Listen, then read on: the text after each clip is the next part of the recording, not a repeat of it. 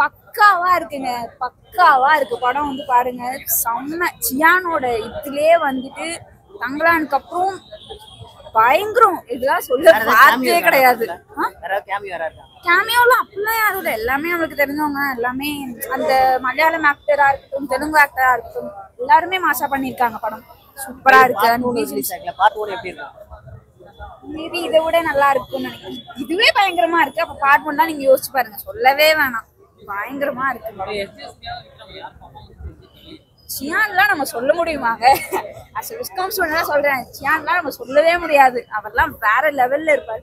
And S J. சூர்யாவுமே அப்படிதான், செம்ம ஆக்டிங்கா இருக்கு. அவரோட வாய்ஸ்க்கே இங்க தனி ஃபேன்ஸ் இருக்காங்க உள்ள, அவ்வளோ கத்திட்டு இருக்காங்க. அண்ட் அதே மாதிரி அந்த லாஸ்ட்ல சாங் பிஜிஎம் ஜிவிலாம் மாசா பண்ணிருக்காரு. பிஜிஎம் சொல்லவே வேணாம். ஸ்கிரீன் பிளே வைஸ் பெர்ஃபெக்டா இருக்கு படம். எல்லாருமே வந்து பாருங்க.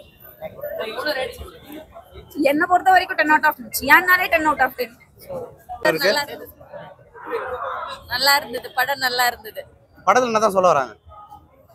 ஒரு விக்ரம்னாலே ஃபைட் சீன் தானே, நல்லா இருந்தது. எஸ்.ஜே. சூர்யா எப்படி நடிச்சிருக்காரு? அவர் ஆக்டிங் சும்மா சொல்லவா வேணும். அவரை பத்தி தெரியாதா நம்மளுக்கு? அண்ட் லாஸ்ட் அந்த பிஜிஎம்ல இருந்து எல்லாமே சூப்பரா இருந்துச்சு. ஜிவியோட பிஜிஎம் அண்ட் எஸ்.ஜே. சூர்யாவோட ஆக்டிங், அந்த போலீஸோட கெட்டப்புக்கும் அண்ட் இதுக்கும் சூப்பரா இருந்துச்சு. அதே மாதிரி சித்தாவோட டேரக்டர் வைஸ் அவர் ரொம்ப இம்ப்ரூவ் பண்ணியிருக்காரு. படம் சூப்பரா இருக்கு. ரொம்ப சூப்பரா பண்ணிட்டாங்க. அவங்க ரீஎன்ட்ரி கொடுத்தது நல்லா இருந்துச்சு. நல்லா இருந்துச்சு. பார்ட் 2 சொல்றாங்களா? பார்ட் 1 எப்படி இருக்குன்னு நினைக்கிறேன்?